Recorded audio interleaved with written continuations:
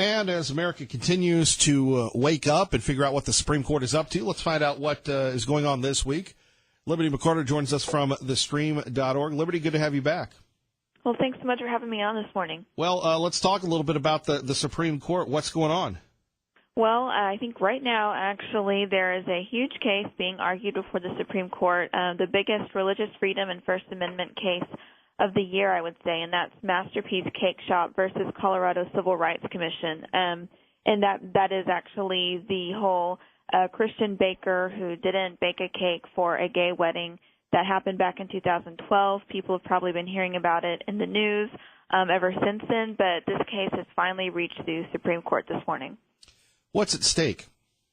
Well, what really is at stake is whether or not the government can compel an artist to create a message that is opposed to their beliefs. And this isn't just about bakers or just about Christians. It's really about anybody. The First Amendment guarantees the right to free speech, but that also means that people can't be forced to say something they don't want to say or participate in something they don't want to participate in. That's all a part of your First Amendment rights. But what's happening is the state of Colorado is trying to force this baker, Jack Phillips, to violate his beliefs by baking cakes and creating custom cakes that he creates with his art for events that violate his beliefs. And he doesn't just refuse to participate in same-sex weddings, and he will serve anybody that comes into his shop, but he will also not make cakes for Halloween or with vulgar messages or with alcohol in them, because that all violates his Christian beliefs. Anybody's welcome to come in his store and shop and buy something that he's already made, but he just has certain events he can't participate in because of his beliefs. But the state of Colorado doesn't think he should have that right. So really, people want him to bake stuff with alcohol in it or that violate his beliefs, and yet it falls into the realm of what, same-sex marriage or something like that? Well, what happened is in 2012, two gentlemen came into his cake shop in preparation for their wedding ceremony or wedding reception and asked him to make a cake for their wedding reception. And Jack Phillips is a Christian who believes marriage is between a man and a woman. So he told them, "I'm so sorry, you can buy anything in my shop. I just can't create a cake for this specific event." And so then they went and they reported it as discrimination, and the Colorado Civil Rights Commission came back and actually punished Jack for denying them that service. But Jack does not only, refuse to make cakes for same-sex weddings. He also refuses to make cakes for Halloween or that have vulgar messages or racist messages. He's actually denied making cakes in the past that have messages that were discriminatory towards LGBT people. So in other words, it's not just, I don't like gay people, so I'm not serving you. So this issue is he has a certain set of beliefs and things that he's comfortable creating art for, and the government is trying to force him to create art for something that he doesn't believe in. And so if the government is able to do that, then anybody, no matter what religion or belief you are, could be forced to create or say something they don't want to that violates their beliefs. And that's what Jack's lawyers will be arguing today at the Supreme Court. Comes down to, I suppose, choice. Why do these folks go after this guy if he doesn't believe what they believe? Well, I think ever since the same-sex marriage has been legalized, one of the things that was in the opinion that legalized same-sex marriage in the Supreme Court in 2015 was that millions of people still have the millennial-old belief that marriage is between a man and a woman, and that the Supreme Court justices actually called that right or called that belief honorable. So in other words, those people shouldn't have to give up their rights or stop believing what they believe just because gay people have the right to get married now.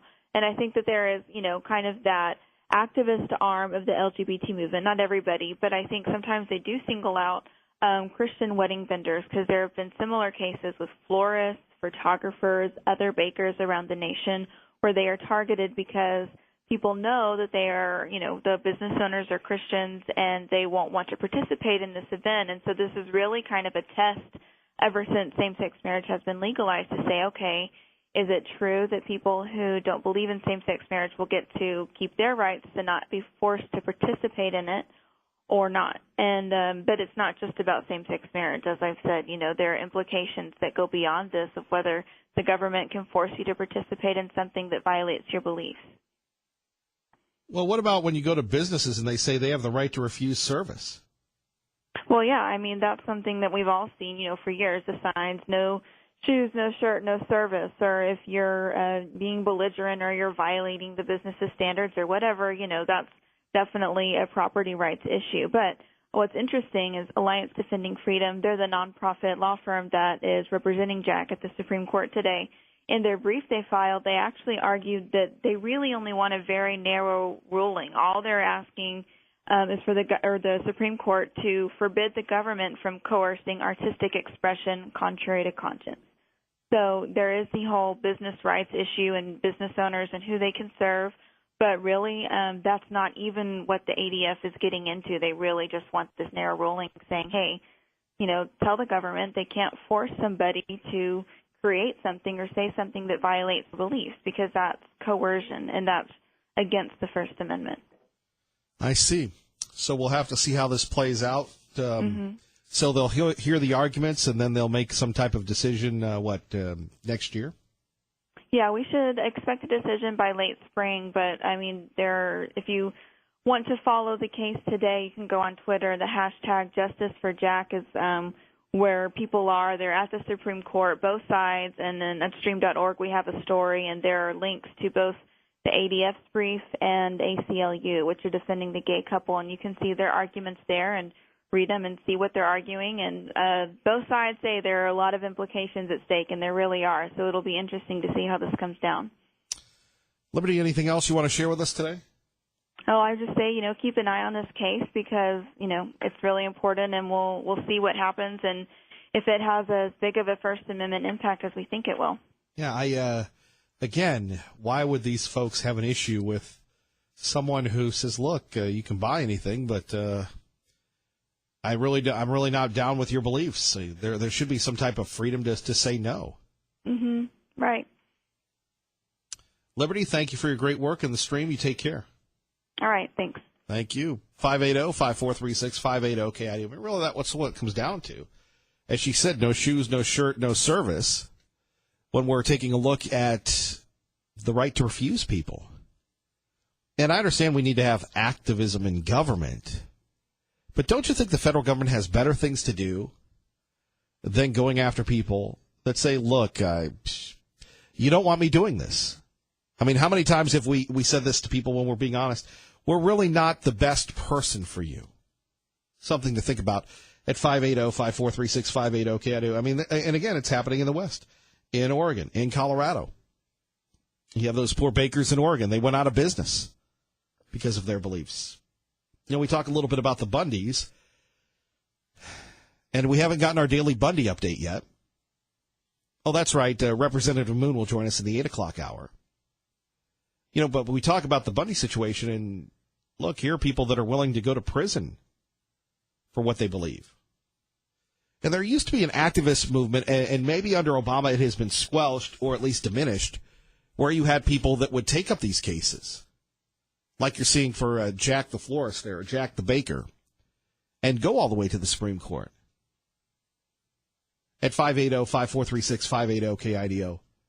Do they exist anymore? We'll have to see about that. But again, Representative Moon will join us. She'll give us her firsthand account of Ammon Bundy, Ryan Bundy, and Cliven Bundy being released, although Cliven Bundy says he's staying in prison because when he leaves, he wants to be a free man.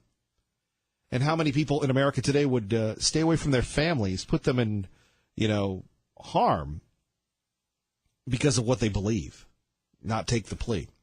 Other news of the day, the Supreme Court will allow the full enforcement of the White House's, and this is from Fox News, controversial travel ban. What is controversial about the president saying if you're from these countries, you're not allowed to come to America? Just like if you've traveled across the world, across the country, or overseas, you understand there are different requirements when you go places, right? You have to behave a certain way.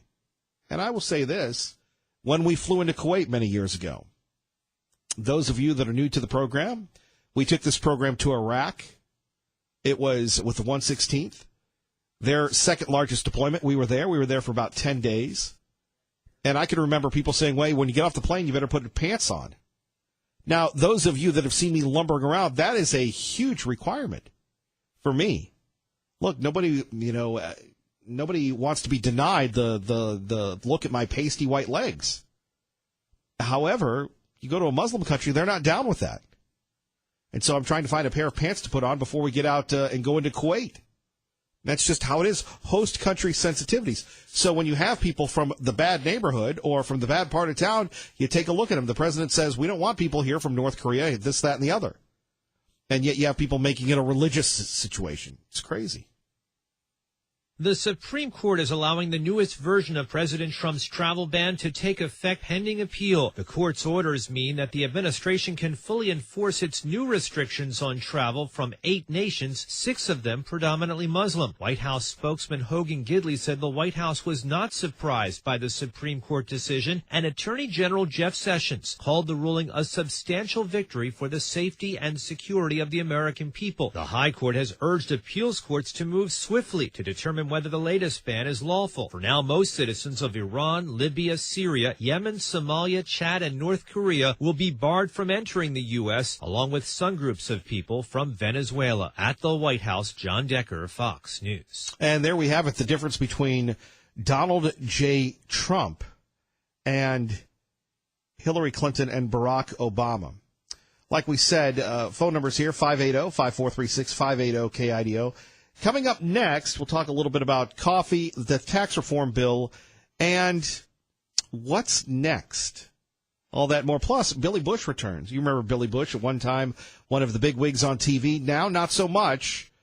He's going after the president. We'll tell you why next. Kevin Miller at KIDO Talk Radio. And blessed to be a part of your day. Kevin Miller in the morning here at KIDO Talk Radio. How many people like the state of Utah? You know, a lot of us go down to Utah. I know our friend Charles from Portico Pharmacy, he goes down there quite a bit. Goes down to the amusement park, has a good time. He's always telling me about it. I like to live vicariously through Charles and Dave Petzo, if you will. So yesterday, the President of the United States was in Utah, hanging out, having a good time, because they had a declaration. And this is a big issue here for the state of Idaho as well.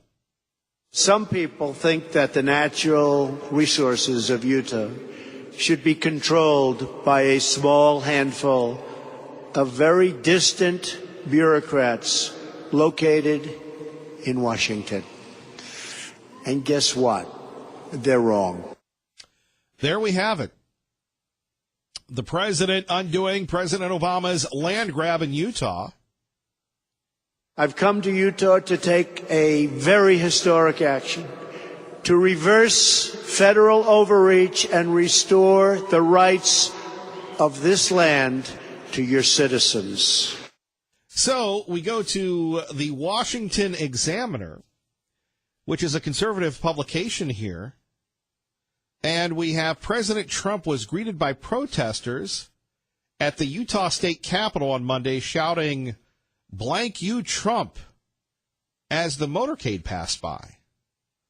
Now, the president was there to do the people's work. His decision to scale back the state's Bears Ears and Grand Staircase national monuments. Demonstrators outside the Capitol also held up signs saying, "Trump, a monumental mistake. Tiny hands off our lands," according to poll reports from the White House. Now, Utah is a fascinating case because they had, Evan McMillan, whatever his name was, the guy that came to Boise, had 1,000 people at Boise High, was going to turn the presidential campaign topsy-turvy, turned out to be a massive dud. Utah that has warmly kind of embraced Mitt Romney as possibly their next senator, although the president now taking a look at Orrin Hatch and saying, "Orrin, at 83, I need you for 6 more years."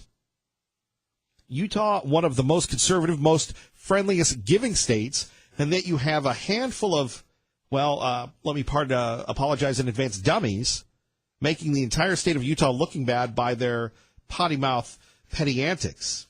Now, before the speech, the president met with leaders of the LDS Church at Welfare Square. Outside the meeting, protesters shouted, "Shame on you," according to reporters traveling with the president.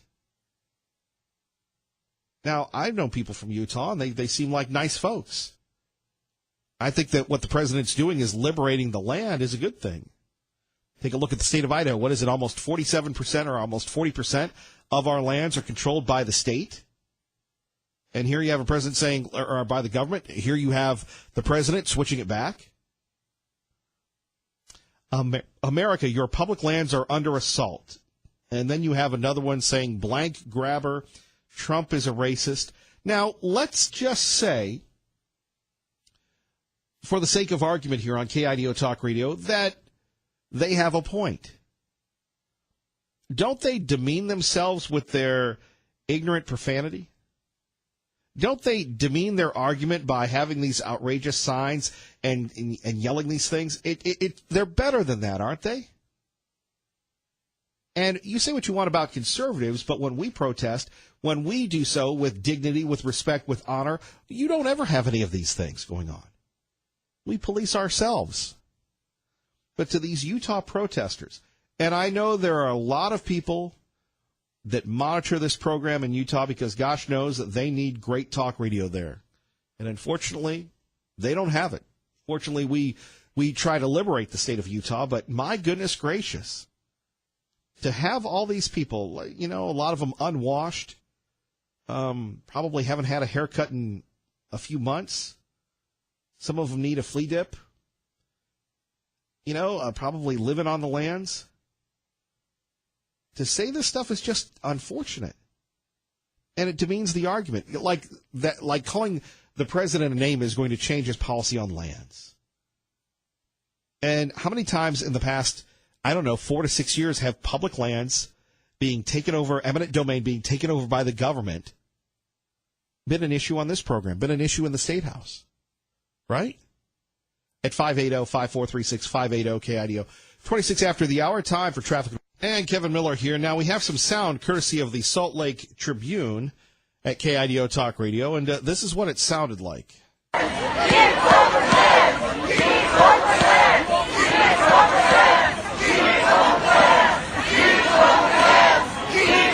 Now, according to the published reports, there were thousands of people there, but look, you don't have to be the new home of Bill Dentzer, formerly of the Statesman, now with the Trib, to understand that the media kind of inflates the numbers.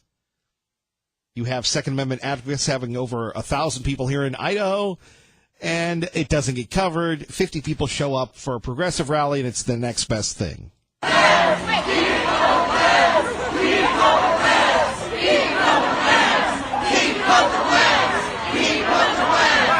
There we have it. And again, like I said, First Amendment lives well in America today, but we've covered this issue for quite some time. The public lands, the government overreach. President Trump says enough. Not so fast. We're giving it back to the states. Then you have the wacko environmentalists, the liberal loons that have an issue with the good guys. Let's go to Holly in Caldwell with Kevin Miller at KIDO Talk Radio. Good morning, Holly. Hi. Boy, I was excited that President Trump did that. This is becoming a habit, isn't it? I guess so. I was excited that President Trump did that yesterday, too. And I think if people go on and read Ryan Bundy's opening statements and his arguments, they aren't saying that people can't use the land with them. They're just saying, hey, we've homesteaded and we have a grazing right here. And that whole protest was all about protesting the BLM killing and burying their cattle and wanting to maintain their right. It wasn't saying we don't want the public out here. And they won't have court again until the 11th, but they are all out. Oh, my gosh, you've gone from a story that had kind of something to do with the Bundys, right to the Bundys, right to a court date. You know what they call that in the business, Holly? They call that tune-out. And when people tune out, then... Tell me what you think. Well, hold on. And when they call it tune-out, then eventually the corporate gods, in Connecticut go, people are tuning out Kevin Miller, and then I'm tuned out. Oh, I'm sorry. It's okay. Well, I agree. I think the public lands issue is a big debate, and the liberals are giving it way too much attention when it's only a liberal side protest. But there's a lot more to that. And the Bundy case does relate a lot to that same issue. Well, it does. It goes to the crux of the issue on who has the rights and whether or not government can overreach and just arbitrarily take the rights, whether it's the Bundys or the Hammonds. Or the Hage family, or the other 50 other ranchers who've been pushed out, or, it's definitely the water rights issue in Nevada. Wayne Hage even talks, I need to do some research, but on the Wayne Hage interview, he even talks about how the United Arab Emirates have claimed the water in the Boise Valley. He was married to Helen Chenoweth. Now, wait a minute. Hold on. Now, I've had somebody the other day, it was Daryl from the Canyon County Tea Party, say to me about the French owning all the water. Now you're telling me the United Arab Emirates own our water in the Boise Valley? I thought the French owned the water in the state of Idaho. Is that different? Something to do with United Water. I'm pretty good friends with the Hage family, and he said that on that interview that he did in 2005. It's on YouTube. He was married to Helen Chenoweth. Right, but I'm talking to you. Yeah, I know. I'm just saying that I need to do some more research on it, but there's definitely some... Now, wait a minute. You're just floating things out here without doing any research on that? What type of journalist are you? You got to let me get a point here. No, I have to talk fast because you ran wild all over me yesterday. You're right. That's right. That's why I'm trying to let you give some kind of talk to see. Bless your heart. Anyway, I'm going to do some more research, and I'll get back to you on that. But that piqued my interest. I need to go back and watch that a little bit more. But there's just a lot of crazy stuff going on in our country. So, well, I wish the government would embrace the ranchers and the farmers as much as they embrace the globalists. Yes, I agree. And why there's a war on the good people in America today, I don't know. Rural Route Radio had a thing on this week, what happened in South Africa to the farmers and ranchers. I think it's kind of parallel. It is interesting. We'll have to figure out a little bit more about what's going on. But I got to get my kids to school, so thank you for letting me on today. Well, thank you for fitting us in between getting your kids to school. I know. Thanks for running your show, Kevin. You're doing a good job. And if you notice, I did give you a page on Facebook. I appreciate that. That's our advertising and promotion, so thank you, Holly. Not that, I'm the whole world or anything, but thank you so much for everything you do. You are to us. All right. Have a great day. Okay. Bye-bye. Bye. You're listening to Kevin Miller on KIDO Talk Radio. Good morning, Maggie. Good morning. And let's go to Tanya J. Powers on a situation involving Facebook from Fox News Radio on KIDO Talk Radio. Good morning. Good morning. So is it ever too early to be on Facebook? Is it ever, what do you mean? Well, they're launching this. Age-wise? Right. They're launching this kid-friendly messenger. I mean, what's the age target on this? I think it's 6 to 12. Yeah. Is that too early? Well, I mean, kids are already on messaging apps. It's just, do you want to have control over the one that your kids are on, or do you want to find out later, which one that they've, installed on their own device? Boy, holy, passing notes in class is so antiquated. This is true. It is. There are a lot of kids, like I said, who have, the mobile devices very young these days, not just an iPhone, but maybe an iPod Touch or an iPad or something like that. The Facebook, normally you have to be 13 or older to have a Facebook account. Now, we know there are a lot of kids out there who are younger than 13 or signed up younger than 13 who said, yeah, I'm 13, and, clicked the little box and went ahead and made their own account, a lot of times without their parents knowing. This is one of those things that would get the kids younger than 13 have a messenger app for them. This also competes with Snapchat, which is, obviously very big. Now, I don't know about Snapchat. I know about Instagram, but Snapchat, it's like 10 seconds and then it's gone unless you take a screenshot. I don't know, and pardon me for asking a question that I don't know if you're familiar with. Is there an age requirement on Snapchat? I'm not sure if there is or not. I don't know. That's a good question. I'm not sure if there is, but a lot of kids already use Snapchat. They like the little filters, that can put flowers around your head into picture, or it makes you look like a puppy dog, or, there's tons and tons of them. And a lot of them are location specific. There's different ones no matter, wherever you are.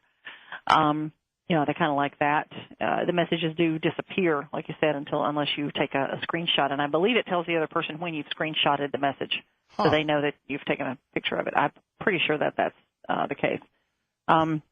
With this Facebook Messenger Kids app, the parents actually would create it through their account. So that's how you have the parental controls on it. They are the ones who approve the contacts. They can remove a contact if they, don't want one of them on there. The kids would be able to voice call, not voice call, but video call in addition to other things. It might be seen as a different next step to do if a parent is hesitant to get their child an all-out cell phone, but they have like an iPod Touch or something like that that works with Wi-Fi. You can still use the Wi-Fi to make a call with a messenger app, which means that that your kids could reach you if they've got Wi-Fi. They could actually give you a call or whatever, or call grandma or whatever person's on their approved contact list. Well, I'm speechless. We need to write this down. Ray, let's get a pen. Wow, you're calling shots, too. Anyway, unlike our usual times, that you've put me on a restriction today, so I know you have other suitors today, so I guess I'll let you go. It's a popular topic. It's not me, it's the topic. Well, I'll say it's you. Okay, well, I'll go with that. Have a great day. Thank you. You too. Our great friend Tanya J. Powers to Liberty Linda with Kevin Miller at KIDO Talk Radio. Good morning, Liberty Linda. Yes, good morning, Kevin. Kevin, I thought today was your birthday. Really? And since I missed the event in Eagle, I went to my favorite bookstore and I bought one of my favorite little cupcakes I was going to bring in to you. And then I happened to see the calendar, and I found out, well, today isn't your birthday. So, anyway, unless you still want me to bring it over. Oh, I don't know if Tea Party Bob would like me having the cupcake. So yeah, that's what I was thinking. Your coach, yes. I would be in big trouble with him. I know that. He would be Mickey to my Rocky. But anyway. Right. Anyway. No, it's not my birthday, although this year's a big year, but it's not my birthday. Okay, well, maybe we'll all bring you a great big cake on your birthday. You know what I was thinking about doing for my birthday is just making it about the community, and maybe we either have something during the program or we have something that night, and we just ask people to bring in a canned food item, and we'll give it to the Boise Rescue Mission, something like that. And you're always thinking about others. You're amazing. Well, I just get tired of thinking about myself, but thank you. No, I just thought, how could we make it special? Because so many times people, and rightfully so, they celebrate themselves and everything, but how could we take it to the next level? But that'll be a few months from now. So. Well, we all celebrate you, no matter what day it is. I have a question for you. Thank you, by the way. What do you make of these folks in Utah with their profanity and they're just angry at the president? I know. That's what I was going to talk to you about. I used to live in Utah, and I don't think these people that came out are the majority of Utah. Everyone I talked to in Utah, in regard to liberating the land, they were all for it. I don't think I ever talked to one person that wasn't. So I was really happy when he came out and did that for us. I thought it was a wonderful thing. A lot of times I see our president in trying to keep his promises he made to us, it seems like he's traveling up a very high mountain. And those at the top of the mountain that don't want him to succeed are pushing down these great big boulders. Well, so far he's been able to proceed up this mountain, and little by little he is giving us the promises he made to us. It's very difficult, but he is. It seems like little by little he's doing it, and so I'm happy about that. Well, here's the other thing. I have to say that, they're all losers. And not in the traditional sense, but their person lost, their girl lost, and they can't take it. So, they make up stories, they say these things. Don't they understand when they have these goofy signs and everything that they, just discredit themselves? The problem is the people that love America can see the difference. I feel sorry for a lot of these people because they literally have been brainwashed. And many of them may be very good people. However, they have been told these things that are incorrect. And, I just think that those who love this America need to forge on and do the best for America, the same as our president's doing. Well, and to do their very best to get the truth out, because there's so much that people just, soak in and they don't look at things critically. I agree. Just like that store the bakery.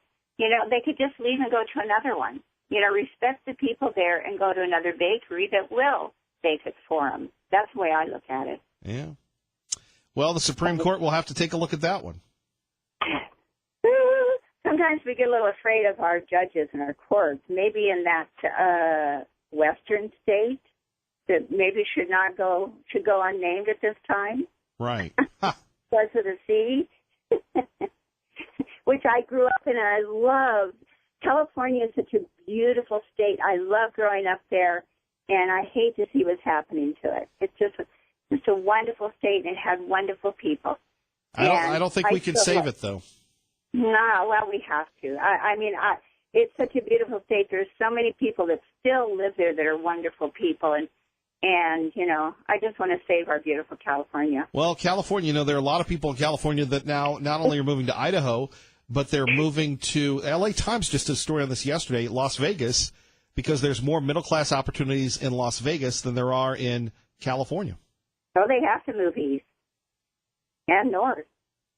You know, it's too bad. Anyway. Look, I'm surrounded by people from California in my neighborhood. I got one on my left and one on my right. And one on your phone talking to you. So. I still love it there, but I have seen for myself the problems that they're having in California. So I understand what's going on there. But, you know, Idaho is a beautiful state, marvelous people here. And anyway, I love it here as well. Well, we love you, Liberty Linda. You take care. We love you. Have a great day. All right, our great friend, you too, our great friend Liberty Linda. Let's go to pro-life on KIDO Talk Radio. You know, we didn't get a chance to talk last week at Idaho Chooses Life, my friend. No, we didn't. But anyway, I want to talk about the Supreme Court and the... Here I thought we were going to have a moment of fellowship, but no, you're right on point, jumping right in. Go ahead, please. Yeah, well, you know, the Colorado Human Rights Commission made the wrong decision, and I think the Supreme Court is going to overturn them, but they don't really have the right to make law. Whatever comes out of this is not law. Roe v. Wade was not law. The marriage decision of homosexual marriage in the United States is not law. States get to make their own laws, and Supreme Court never makes laws. They're not a legislative body. And well, isn't that where laws that are disputed are arbitrated and they have the final say? No. What they do is they rule that the law is unconstitutional. Then it goes back to the legislative body to remedy that, and if the legislative body does not remedy it, then it stays. So, in other words, you're right, and everybody else in the country that follows the Supreme Court rulings, what the feds say, what Congress says is wrong. Exactly. No, Congress is never wrong. I mean, constitutionally, they can be wrong, but in other words, you're right, and everybody else is wrong. It's the argument I used with Tom Munns, that we all live in a matrix, and you're Neo. Well, I don't even know what the Neo and the Matrix is. I don't follow that kind of stuff. You're the guy that's going to save the world. No, I'm just declaring the truth. If everybody says there's not a God and I say there is a God, who wins? God? Depends if you're a believer. If everybody says the sun doesn't rise in the east and I say it does, well, who wins? Maybe you say it rises in the west. Yeah, maybe I do. But the truth is, it doesn't matter how many people declare truth. Whoever declares the truth that's the truth. It doesn't matter if it's everybody or just one. So sure. However, yeah, I think you're a majority of one. Well, hey, that's enough. If I'm right, if God and I are right, then hey, everything's okay. If God is with us, who can be against? Right. And we are a socialist nation. You know, you got to throw that in, too. Yep. The Republicans are wimpy socialists, and that's why we... You know, I credit you all the time. Look at the libs. They have no problem calling for the impeachment of the president, and you've been calling for the impeachment of Obama for years, and not one Republican would stand up with you. No, they wouldn't even reply. I called at least maybe almost every month to every member of our congressional delegation asking for their opinion. I wanted them to at least speak about impeachment, and I'd give them some kind of an item that Obama should have been impeached on. They wouldn't even reply. So, I mean, the law schools are socialist and unconstitutional. You're kind of a Debbie Downer here today. Yeah, I am. Well, I got to let you go. We're about positivity here. Well, there is a God. There's something positive. All right, we'll see you. All right, we'll see you, dear friend. Let's go to Mark in Eagle with Kevin Miller, KIDO Talk Radio. Good morning, Mark. Hey, good morning, Kevin. Hey, the lady, what's her name, Debbie, got off the water bit there a bit, and then talked about the monument. French Suez was the former name of United Water. It's now called Suez.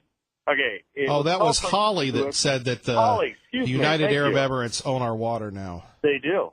They own the greatest stake in it, and they have been coming in. Robert DeShaza, who I know who owns the Eagle Water Company, told me this 20 years ago that they figured one day that water would become much more valuable than oil as a resource because you can't drink oil. So the United Arab Emirates have been coming in for years into this country and buying up small municipalities, knowing that one day it will become a greater commodity than oil ever was. Now, on the monument deal, I've got a little concern about that because I would like to know the existing size of that monument prior to when Obama expanded it. I'm definitely against, and I am not a tree hugger. Let me clarify that. I've said this before in the past, but I would not want to see the oil and gas industry, because you know my involvement here with KEA in the past year, Citizens Allied for Integrity and Accountability against the fracking industry, and I'll add something to that in just a moment. But I'm against oil and gas companies coming in and just destroying the areas around some of these beautiful monuments. And I'm not saying they need to cordon off all the land from, take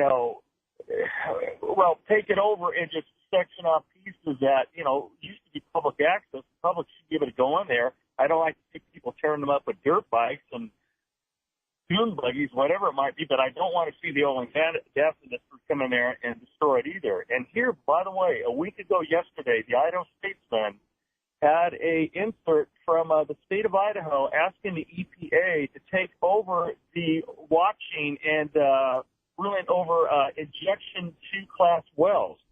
Now, all this time, we have had some of the state legislators, including one, and I'm going to put his name out there, and he's blamed me for throwing him under the bus, named Mike Boyle. And he's a farmer in Star. He's the head of the Republican Party state legislature. He's like the speaker. No, he's the majority leader. Betke's the speaker majority of the House. Leader, correct. Yeah, because I said something about that to Betke once, and he got mad and never came back on, but regardless. No, that's right. He got mad and upset, claimed I threw him under the bus. And he's totally smart. We're not going to frack here. I don't know what you're talking about. Rocky Barker has claimed that in the past. Well, folks. Oh no, the fracking is going on here, and shame on the press and the legislature and everybody else. Look, and I've seen Mark at these events, and Alma, before she became Uber activist, was right about this with the fracking. It is going on. The government's complicit in it. They're covering it up, and just be honest about it. And right out in your own backyard, Kevin, even where you are in Star, and out throughout Eagle, a whole large section of the Idaho Department of Land has leased far more, thousands and thousands more acres since that time we did that open forum out there in Emmett, which I had the privilege to speak, and you were the MC of that. So I do appreciate your involvement with it, and I hope you stay kind of with it. And I'm trying to get them to get back on air with you and let them talk with you about what's going on here currently in the state here with the oil and gas industry. And you have a good day, sir. All right, Mark. And I believe that. There is a concerted effort. You don't have any property rights. You don't have any land rights. And is this not America? And why aren't we having these open debates about the fracking? You're listening to Kevin Miller, KIDO Talk Radio. And we do want to remind you, coming up Saturday, it is Idaho Cares, 7 Shares, or Idaho Shares, 7 Cares. Yeah, that's it. That's why I'm not on TV. Anyway, Saturday at the Fred Meyers, I believe at the Albertsons, just about everywhere. Channel 7 is collecting items, food, clothes, cash throughout the Treasure Valley. We'll be at Bronco Stadium hanging out with all the big stars. But more importantly, really promoting this event that is one of the best in the country when it comes to donations, when it comes to giving. Won't you join us, whether it's a canned item or a cash donation? Idaho shares 7 Cares this Saturday.